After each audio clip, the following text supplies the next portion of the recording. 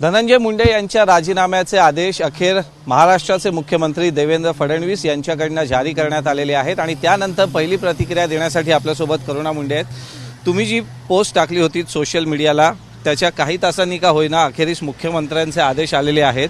धनंजय मुंडेंच्या राजीनाम्याची त्यांनी मागणी केली आहे, तुमची पहिली प्रतिक्रिया काय? जसं की मी पोस्ट टाकली होती काल, आपल्याला हवा होता, आपल्याला अपेक्षित होता काल, मला पूर्ण खात्री होती की काल होणार आहे। जैसे मी पोस्ट टाकली होती, चलो भले ही देर से सही, पण आज जैसे की आदेश दिलेले आहे तरी पण मी समाधानी नाही आहे, क्योंकि ये जे राजीनामा आहे आपल्याला ह्यांना 3 महिने अगोदर मागायला पाहिजे होता। देवेंद्र भाऊ असेल, अजित दादा असेल, 3 महिने अगोदर हे लोकांना घ्यायला पाहिजे होता। 3 महिने झाले तुम्ही म्हणालात, 3 महिन्यानंतर का होईना काल रात्री सोशल मीडियावर आणि माध्यमांमध्ये आरोपपत्र जे दाखल झाले संतोष देशमुख हत्या प्रकरणात त्यातले काही फोटो समोर आले आहेत आणि क्रूरतेचा आणि एक मानवतेची अतिशय अवहेलना करणारे ते फोटो होते। तुम्ही ते फोटो पाहिलेत का आणि ते फोटो पाहिल्यानंतर तुमची काय प्रतिक्रिया, कारण की तुम्ही त्या घरात राहिलेल्या? 100% पूर्ण बहुत मला कॉल व्हॉट्सअपवरती ते फोटो आले, मी बघितले। लोक मला कॉल करत बोलत आहे की तुम्ही फेसबुक लाईव्ह करा याच्यावरती, आणि मीडियाकडूनही मला टाईम भेटत नाही, तो फेसबुक लाईव्ह कुठे जाऊ मी?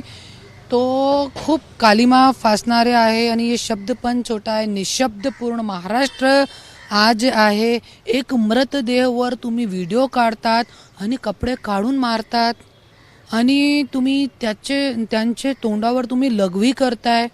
आणि आज तुम्ही बघा, मतलब माझी तो फक्त हे राजीनामा नाही, राजीनामामध्ये आम्ही संतुष्ट होणार नाही, आमची पुढे हेच मागणी असणार आहे की जे लोकांनी हे लघवी केलेली आहे त्या लोकांना रोडवरती आणायच्या आणि त्यांच्या तोंडावर लघवी करायच्या, अशी माझी मागणी असणार आहे पुढे।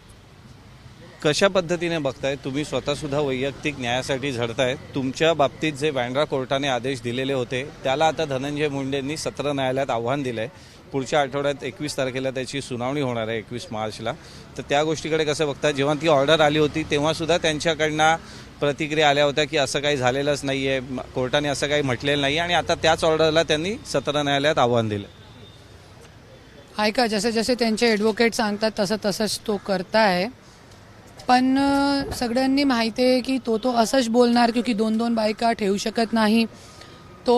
आणि जे त्यांनी एक इलेक्शन हे टाकलं होता माझ्यावरती, ज्या वेळे आमच्या रिलेशन लोकांच्या समोर आला होता त्यावेळे त्यांनी एक पिटिशन टाकलं होता हायकोर्टामध्ये, डिफॉर्मेशन का मानहानीचा दावा केला होता। ते मानहानीच्या दाव्यामध्ये त्यांनी स्वतः म्हटलेलं आहे, त्यांनी स्वतः त्यांच्या पिटिशन आहे, माझं नाही, की आम्ही 1998 पासून आम्ही सोबत आहे, असे तो आम्ही 96 पासून सोबत आहे, पण त्यांनी जे लिहून दिलेलं आहे हायकोर्टामध्ये 98 पासून आम्ही सोबत आहे। अरे सबोत कोई बहिणी बनून तो ठेवत नाही ना, एक 16 वर्षाची मुलगीला। तो 98 पासून सोबत आहे आणि त्यांची जे दुसरी लग्न झालेलं आहे ते 2001 मध्ये झालेलं आहे। तो हे जे 5 वर्षाचा जे काल आहे त्याच्यामध्ये तुम्ही काय केलं माझ्यासोबत? बहिणी बनवून ठेवलेला होता का? हे सगळं विचारणीय गोष्ट आहे आणि हे मीडियाला विचारायचं आहे त्यांना। मीडिया विचारत नाही त्यांना, मला प्रश्न करतात पण त्यांना करत नाही। आणि माझ्याकडे पूर्ण पुरावे आहे लग्नाचे, तेच घेऊन मी परली गेली होती, ज्याच्या मला काय भोगावं लागले। माझ्या आयपॅड, माझ्या पूर्ण एल्बम वगैरे सगळं 40 पोलीसवाले लोक इकडे येऊन घेऊन गेले। स्वतः DYSP आले होते, स्वतः DYSP। विचार करा तुम्ही। आणि आता मला ते पण मिळणार आहे, क्योंकि माझा ते केस जे होता तो कॅश झालेला आहे हायकोर्टामधून, ते पण थप्पड जळलेला आहे त्यांच्या तोंडावरती कोर्टाने। आणि त्याच्यामध्ये मी ते मागणी केलेली आहे, ज्याच्यामध्ये माझे पूर्ण पुरावे आहे, माझे शादीचे व्हिडिओ हे ते सगळं। तुमची काय आता अपेक्षा आहे? तुम्हाला आज न्याय मिळेल असं म्हणताय तुम्ही, तुमचं समाधान झालंय का राजीनाम्यावरती, आणि याच्या पुढचा तुमचा लढा कसा असेल कायदेशीर? राजीनाम्यातून माझं समाधान होणार नाही, माझं समाधान होता काल, जरी राजीनामा झाला होता तो माझं समाधान होता, पण जे रात्री मी फोटो बघितलेले आहे ते बघून मी समाधानी होणार नाही। आमचं समाधान त्या वेळे होणार ज्या वेळे जसं की वाल्मिकरांनी मागणी केली होती, धनंजय मुंडेंनी मागणी केली होती, जो कोणी दोषी असेल त्यांना फाशीची सजा झाली पाहिजे. तर ज्या वेळेस त्यांना फाशीची सजा होतील त्यावेळेस आम्ही समाधानी होत.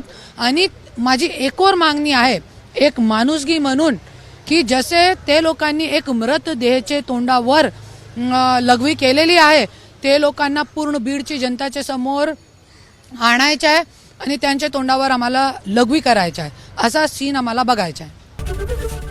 एबीपी माझा, उघडा डोळे बघा नीट.